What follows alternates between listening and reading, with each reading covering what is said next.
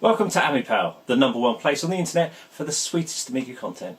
Now this is a very quick episode I've just knocked together because I've got 2 seconds of time to do it in. Today we're going to be looking at the Amiga CD32 console. Yeah! I'm going to crack open the box that's up here that you can't currently see. I'll put some B-roll across here and it will look very nice.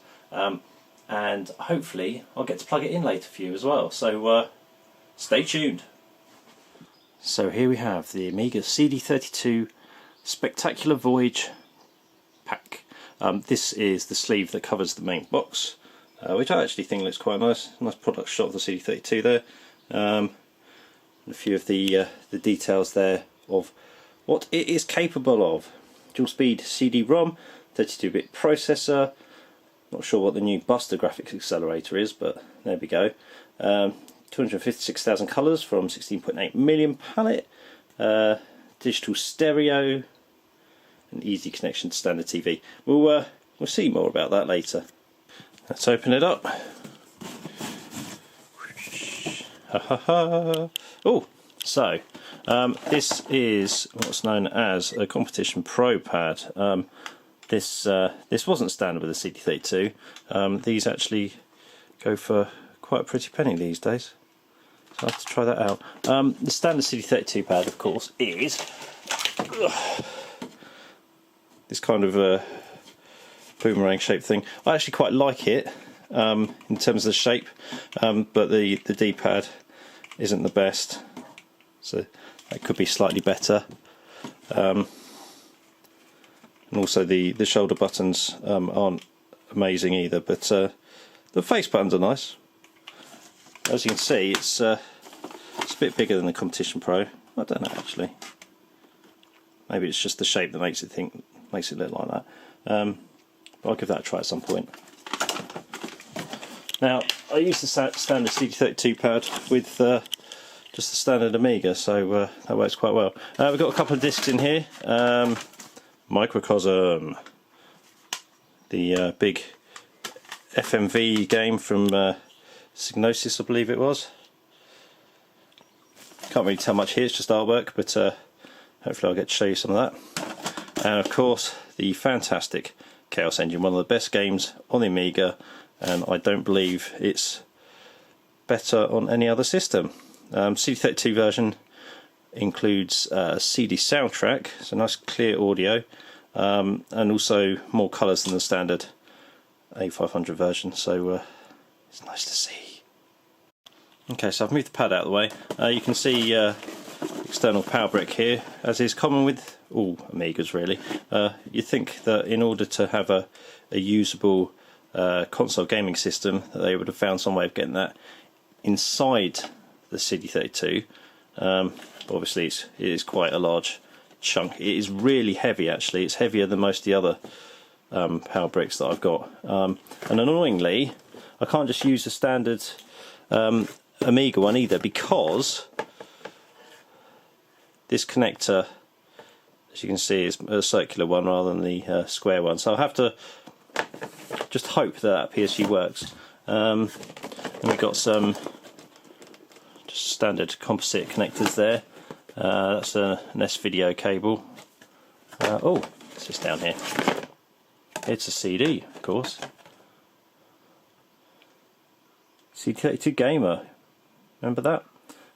Just a few playable levels of Jet Strike, Little Devil, Super Frog, Arcade Pool, Super Stardust, and a ton of PD games.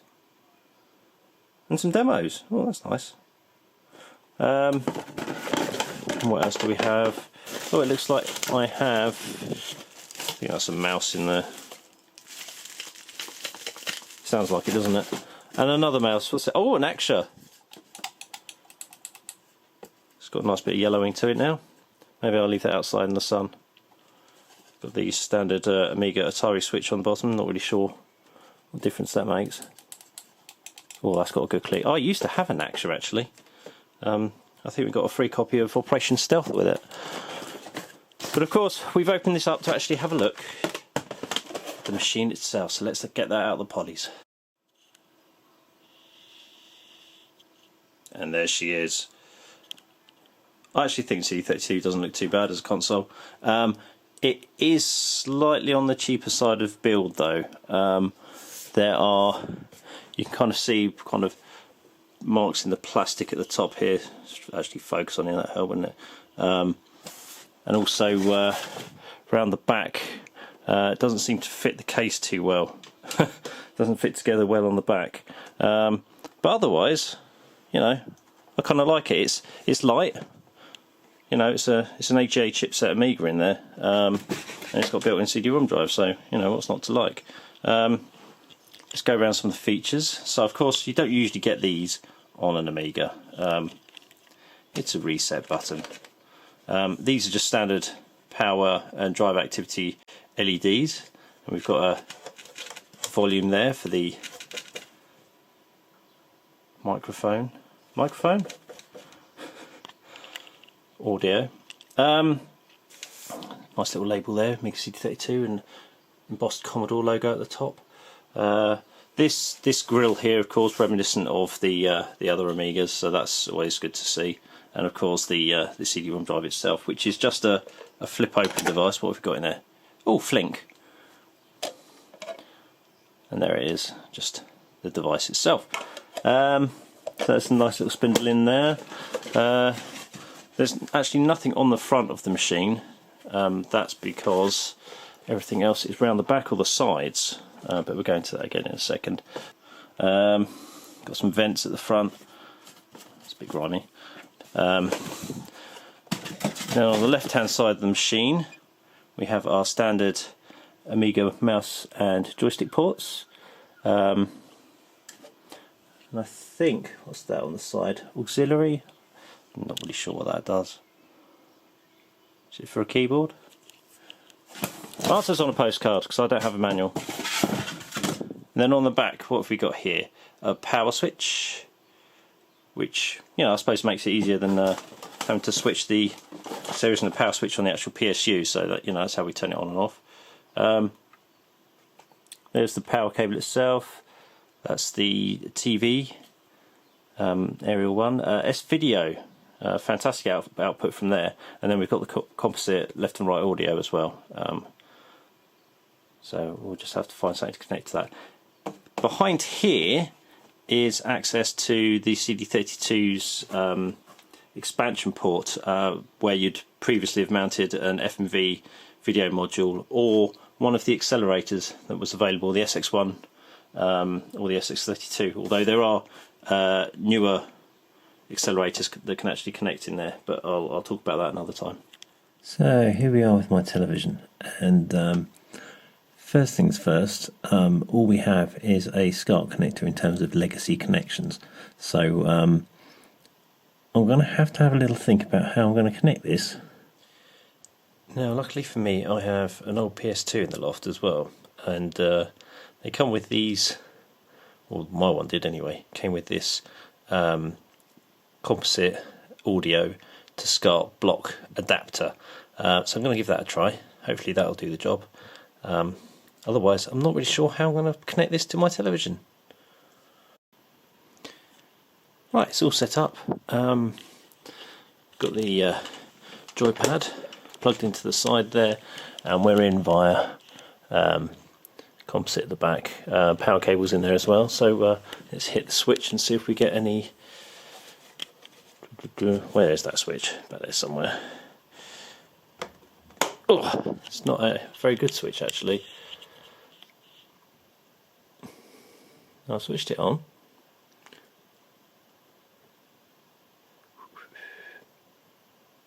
Any power?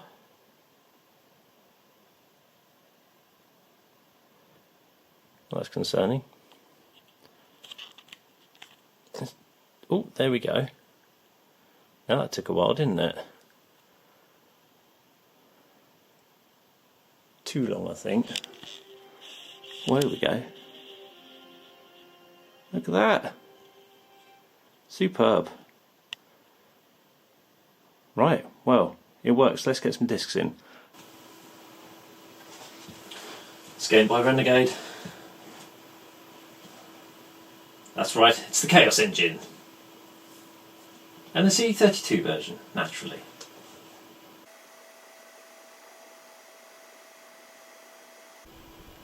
Sometime in the last century, an experimenter in time and space created a bizarre machine, the Chaos Engine. Although primitive, the machine became incredibly powerful and turned against its creator. Its power to corrupt time and matter was out of control. A cloud of chaos descended over the land. Humans and animals were turned into ravenous beasts.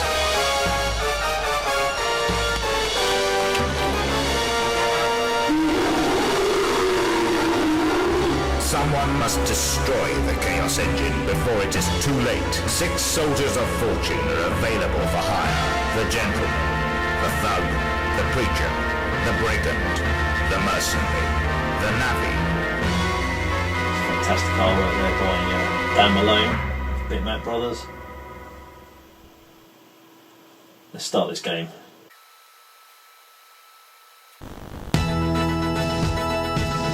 Okay, so one player please. We'll go straight into the game.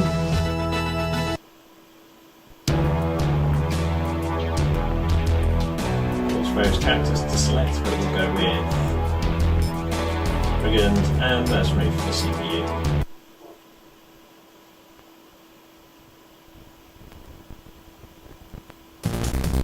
Here we go. I love that music. Now I've played this game so many times, so you kind of know where people spawn. Saying that, I don't usually play with a joypad, so I know this Competition Pro pad is quite good. I'm more used to playing with a joystick. Still, regardless if you're playing the OCS version, which is not quite as colourful as this, or the AGA CD32 version, which is really colourful, the monsters always spawn in the same places. Whoosh! Some environmental kill there.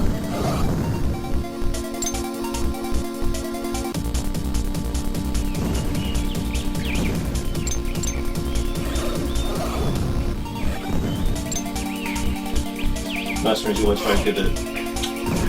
very good at picking up the loot that you leave behind. They do quite a good job with the CPU player of this at actually making them seem believably human sometimes. Special power. Food, special power.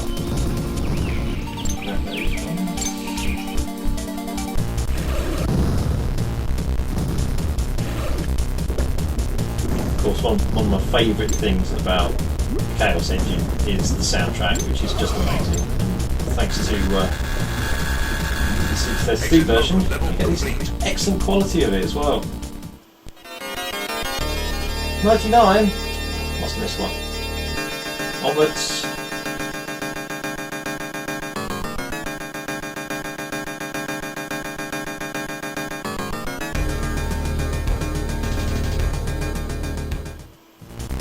Layers activated.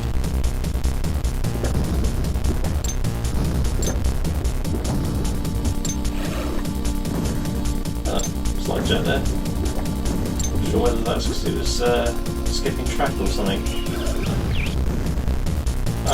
Keep standing at that point. It's very odd. Node activated. I love all of the sound effects in this game. It's not just the music. It's brilliant. Just there's nothing quite like the Chaos Engine. Of course, I always think that the Amiga version is the best game version. It's where it's meant to be played. Ah, frog. See, that's the pad not going where I wanted it to. Yes, I'm blaming my tools. Run away. Now the output you're seeing here is me plumbing the CD32 into my smart TV, not so smart TV, via composite, so it's not that great. You get a lot of colour smearing, a few artefacts here and there. So any artefact you see is not my recording, it's probably where it's just recorded straight off the TV screen. And then I've got the audio for the CD32 plugged straight into the side of my camera, so you may hear some noise from that. It's basically just the CD32 output, which may be as a result of the machine needing a recap, but we'll see. I haven't done this before, so let's see how we go.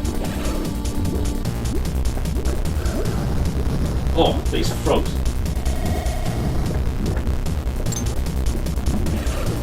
Oh, come on, I know you're going to come out of there. Whoosh.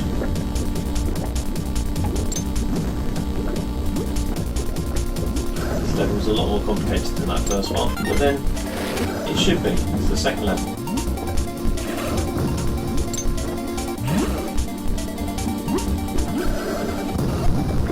I read a review of the Chaos Engine remake from a newspaper from 2015, and they confessed right at the start of it that they didn't actually think much of the Chaos Engine, and I thought, what is wrong with this person? They're actually comparing it to Gauntlet, which you know, is top-down view, but I think that's about all it has similar with Gauntlet.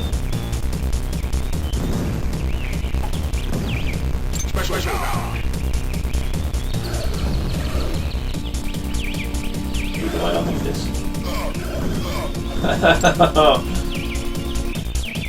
No, you know there's nothing else that way, come on.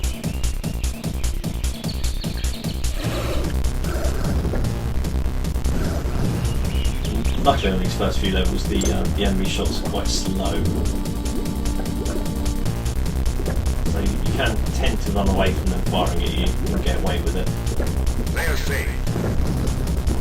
Tough pops these, mate. Put you in a vicious crossfire there. Node activated. My food helps, thank you. Node activated. Always like to get the nodes rather than leave it to the merc. Like that. Special power saved. Look at that waterfall, gorgeous. Stop hanging about though. Down that way. No, nothing down that way.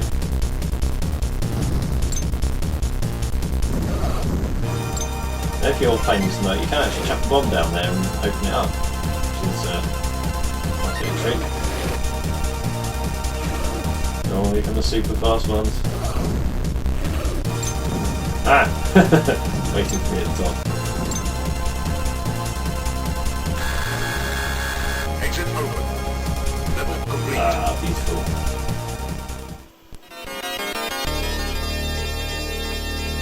That's not too shabby. Okay, let's call it there for the Chaos Engine.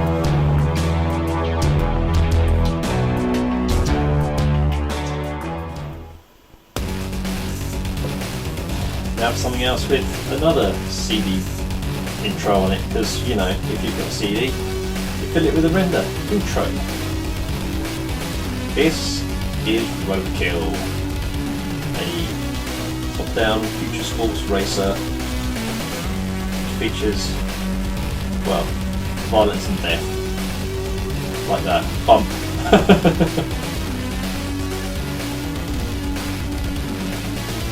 Let's just say that the game itself is better than the intro, although it does have this. Oh. Yeah, it explodes. It kind of goes on a bit and doesn't really do anything else, but there you go. Here we go, Roadkill. Quite a late entry into the Amiga's discography, if you will. You can also get it on the Amiga 1200, which is where I played it quite a bit, but this is the CD32 version. We'll leave everything as is, but turn practice off, because we don't want to do a practice lap. Basically I know the track, so I don't need to do the practice, although I'm sure my performance will show me up that front soon. Choose your car. I'm not sure that they handle wildly differently. Select cannon. There he is, ugly fella. Cannon. He doesn't look like me, does he? Okay, first track, quite simple. Just like a figure of 0 with a little notch out of it. Racing hints. Kill, kill, kill!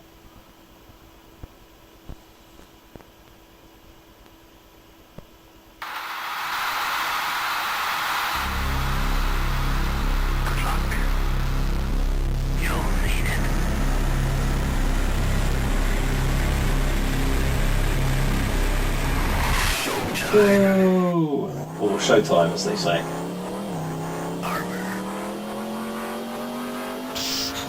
As I said, it's a top-down racer. Bash people, collect missiles and things, which I'm doing my very best to completely miss, as you can see. And despite knowing the track, I also know that I can bounce and crash off it quite well. You do have damage. It's not in a very prominent area, so you actually find yourself having a note come up sooner rather than later which says that your armour is low, and you think, well, where do I see that? It's actually in the bottom left.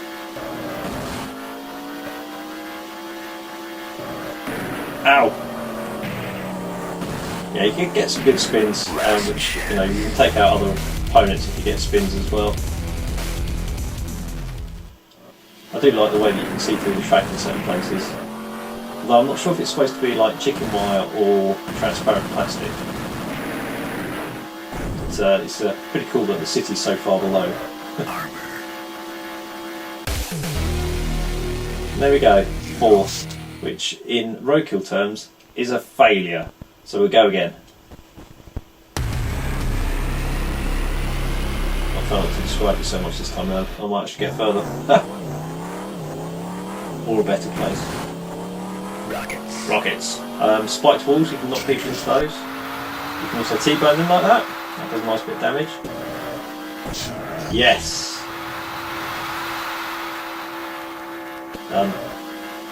If you get 3 kills, you get a jackpot. Which is a huge chunk of money, but it also allows you to go for the super jackpot. And you get a fantastic bit of music playing there on the run up to it, and also if you achieve it, so hopefully we can do that. Rockets. Rockets. Is that a kill?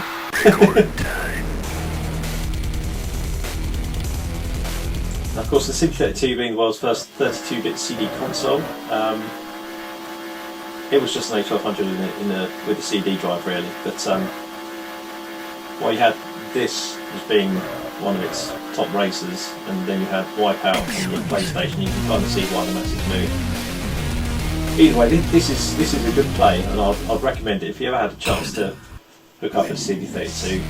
Roadkill is a good game.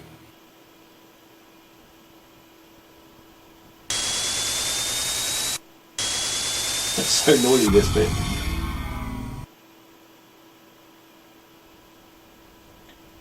Oh, racing tips. They're actually telling you to brake on corners.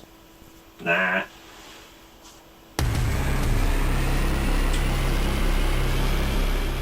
Right, this track's a bit trickier this time now.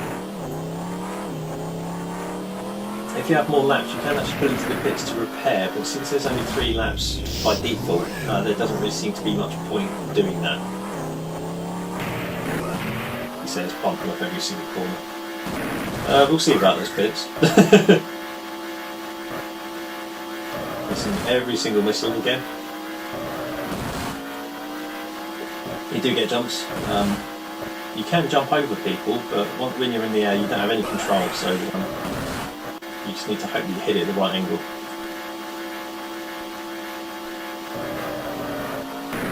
Also kind of feel like if the camera angle was a bit further back, you'd have a greater visibility of the track in front of you. But that's just me nitpicking. Missiles, yes! Uh-oh. No, I'm still good. 6 missiles and no one to shoot at except the first. 8th missile. Our missile was bonus points. Screech, screech, screech. Uh oh, that's getting low. No, that's getting low. Oh, come on. Now it's telling me my armor's low.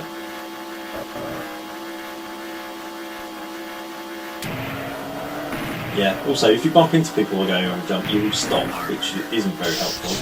Boom.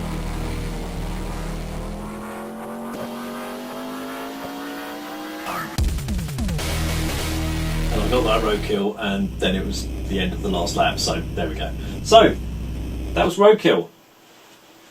Let's move to the next game. Okay, if you haven't guessed, this is Microcosm.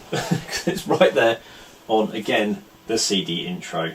I think Psygnosis chucked quite a bit of money at this. It was originally developed for the FM Towns console, I think, and ported back to the CD32 and a variety of other systems, including the 3DO and the CDI. Those trailblazers of 32-bit CD gaming. I won't show you much of this. It's an alright intro. If you really want to watch it in its entirety, I suggest you search for it on YouTube and watch it there. You'll get a higher quality stream than my recording off of my television. But yeah, Future City, evil corporations, darkness, off-world, big money. There you go.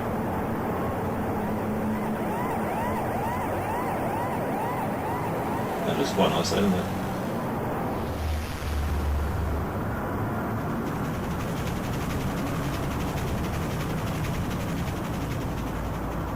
Anyway. Oh, helicopters.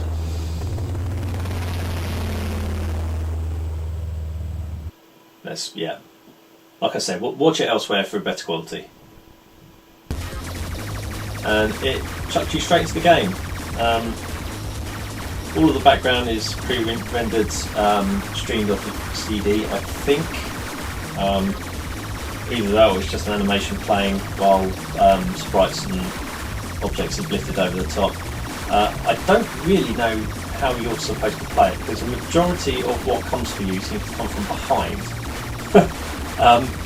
which isn't that helpful. There we go. This bit I've since learned from playing it is basically you've been put into a body and you're trying to find your corporation's base within the body, if that makes sense. So you go shooting through all of the body's defences to get there, through all these tubes.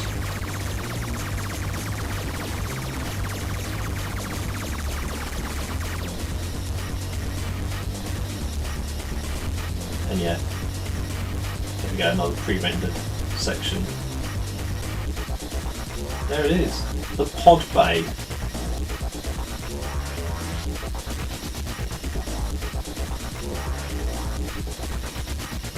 Whoosh. And these things come in and they do, yeah, I don't know what they do. Either way, I think they just hold your ship in place. But yeah, I'm tiny at this point. This bit, you actually move through it by pushing the joypad forward, and it's like an animation that plays as you press forward. So wherever it stops, that's where I'm stopping on the pad. Anyway, you can't choose a direction. You're forced to walk through to here. So why they had to have it as a moving section, I don't know. But this is where you select your next mission. Basically the levels you're going to play.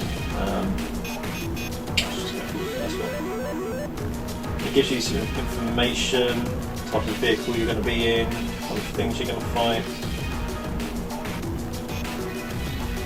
Launch. And a sound effect that never gets old. Have a nice day. Because they just keep repeating it.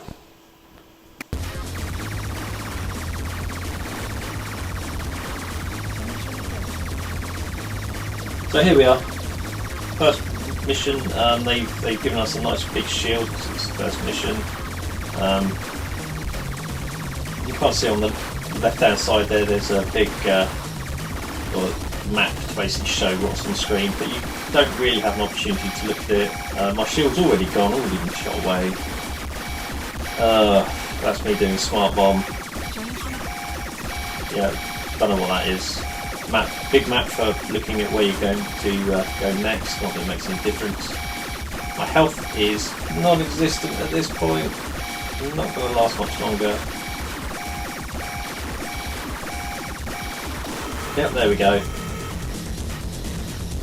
And you get this every single time you die. And there's me, handsome fella. Uh-oh, no! Now I'm somewhere in someone's bloodstream, but smushed a bit. The future, ladies and gentlemen, of CD Entertainment.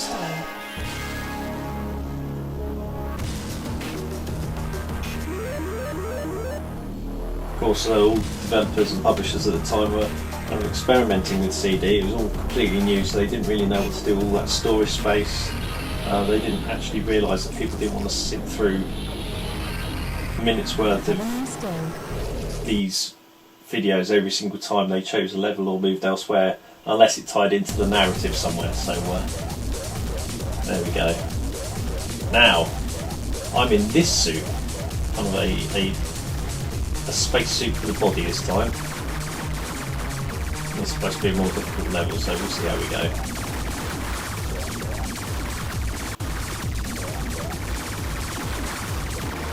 I really don't know how you're supposed to... Oh. This isn't great. I think it's a good example of early CD gameplay, but I wouldn't recommend that you play it other than as a curiosity. There are better games to spend your money on, and I think it says a lot that this was actually included with the console rather than people... I don't think many people went out and bought it because it's everywhere you look for it, it is incredibly cheap. So yeah, it's a system failure, let's call it a day.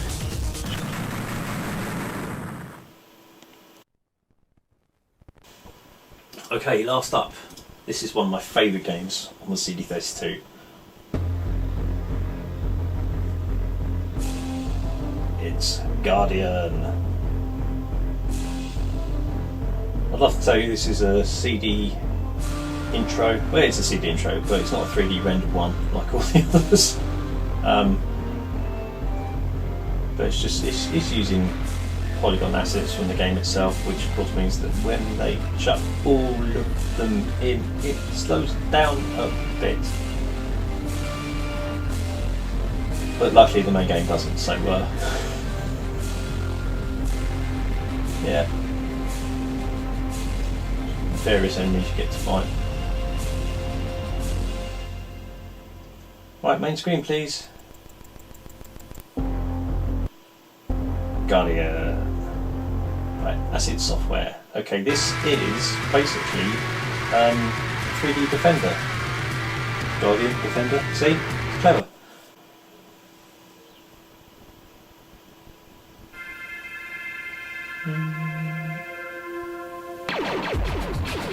As you can see, it looks very similar to Starwing, Star Fox, whatever you want to call it. Except there's no super 3D chip here. Super FX was it? This you get to fly across the entire cityscape rather than down a nice flip there, rather than down a set path. So yeah, it's basically you take out these droids, which are trying to destroy the buildings. You get a higher score for more buildings that are left. And then, yeah, there are various other enemies that set out that try to kill you. Of course, if you fly into buildings, you get damaged, and that also counts against your score. So, flip. Oh, that was me.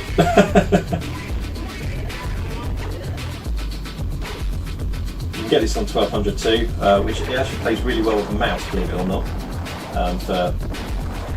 For the very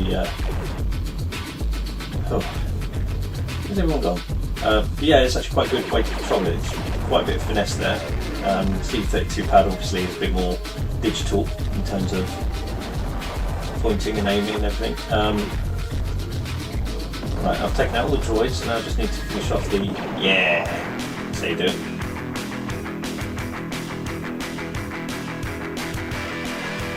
The 1200 version doesn't have the pretty funky CD soundtrack that's streaming in the background either, so you do get that with this.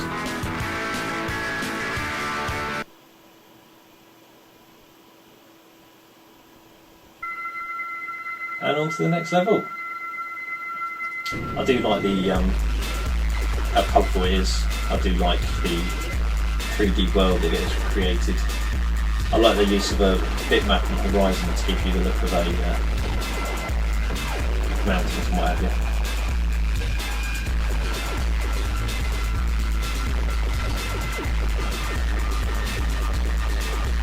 I'm shooting, I'm sure there's something there. There we go. They send various waves as well, so here comes the mothership again. I'm doing my absolute best to miss everything. It's quite handy actually when it does come down, because you can kind of line them all up at once and shoot 2 or 3 at a time. There goes the trekking missile. They're quite handy. They will. Oh, I don't really want to destroy that. They will hunt down droids themselves and kill them. So if there's just one left, it's really handy just taking it out rather than flying all the way to it. You've got 2 maps at the top. One is kind of long range, one's short range. Sometimes you see me flying towards a dot that is right on top of me on the left one, and then there's nothing on the right one. Cool. Oh, well, let's clean them up that way. 98%, that's not bad.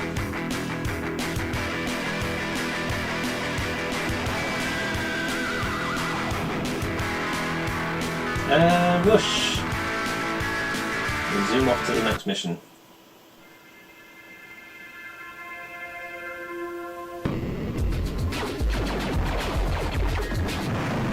Oh.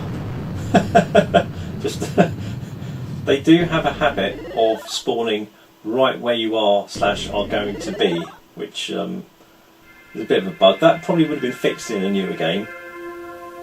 Just a slight tweak. And of course, you know, once this is released, it's released.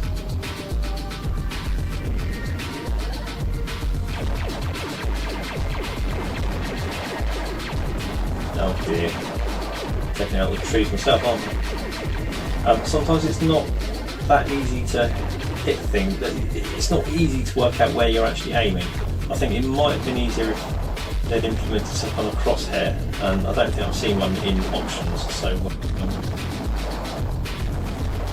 think the more you play it, the easier it gets, obviously, with practice, but someone returning to it for the first time in a few years, it's oh god. It's quite a good effect though when you do get hit, doesn't it? You just go to pieces.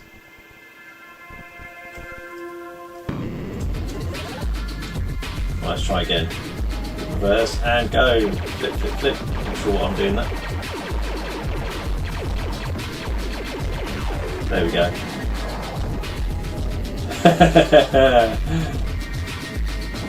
Yeah, hit with the smart one. That'll take out a ton at once. Oh, these spinning disc things at low level are a pain. Oh. Yep. Through 2 buildings at once. We're building in a big plant. Right, last chance.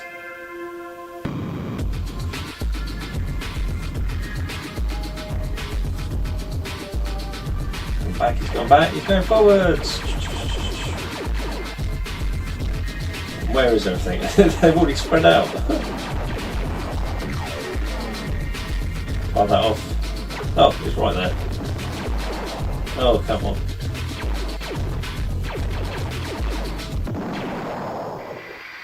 Right, that's everyone taken care of. The 3 levels have been done on this planet, and now I'm being sucked up into the mothership.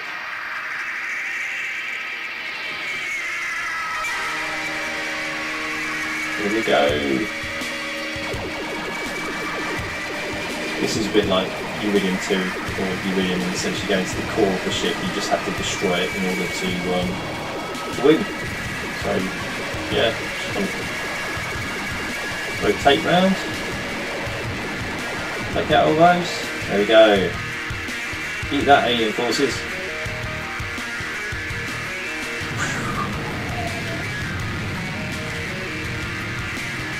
And it's gone.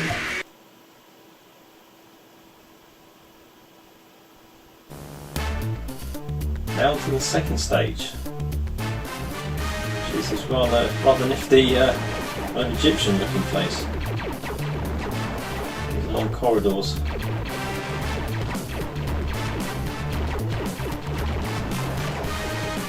Now I'm not sure exactly how Guardian would play if you had a faster processor. I must have played it on my 1200 when we had a Blizzard, but I'm not sure if it made it any faster or not. Certainly something I'll have to try on the 1200 version, but it does still shift quite nicely, even when there's quite a lot going on. We'll get it. I will get it. No, that's me done.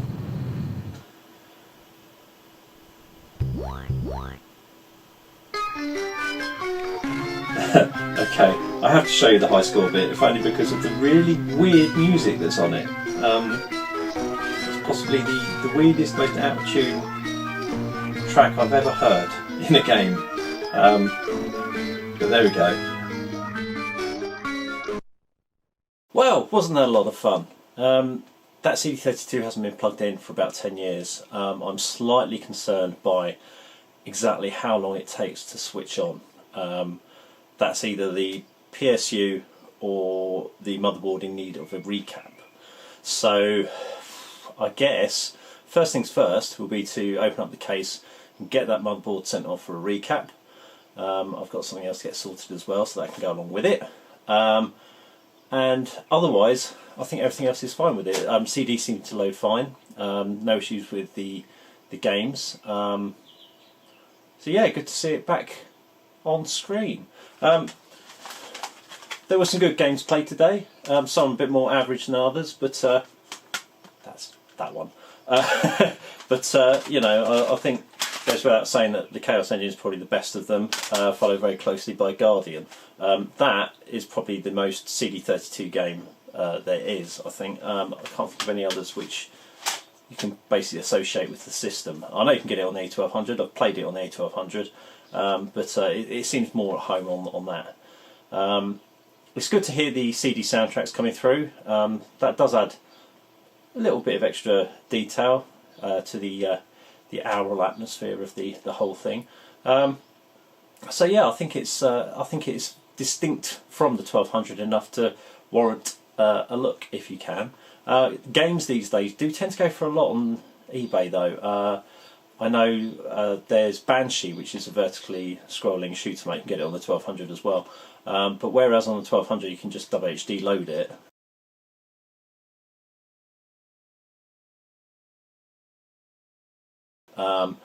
If you want to play it from CD on the CD32, then you've got to get the CD, and I think the cheapest one I saw was about 75 quid.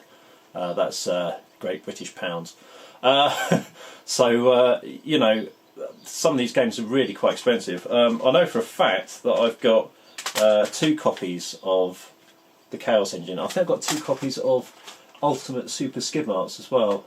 For some reason, no idea why, but apparently that was on the CD32. I do have loads of other games as well to play. I only went through a subset today because I thought, right, well, let's just make sure the thing's working. But hopefully you can look again at this machine in the future once I've got it back from recap. But yeah, I hope you've enjoyed today's episode. If you've seen my most recent update video, which was a long time ago now, weeks, you know, I don't really have time to do this at the moment in lockdown with childcare and home working and what have you. So this episode has been constructed over a period of time in order to kind of just do something. So I hope you've enjoyed it. Hopefully it's not too all over the place. Yeah, thanks for watching. Cheers.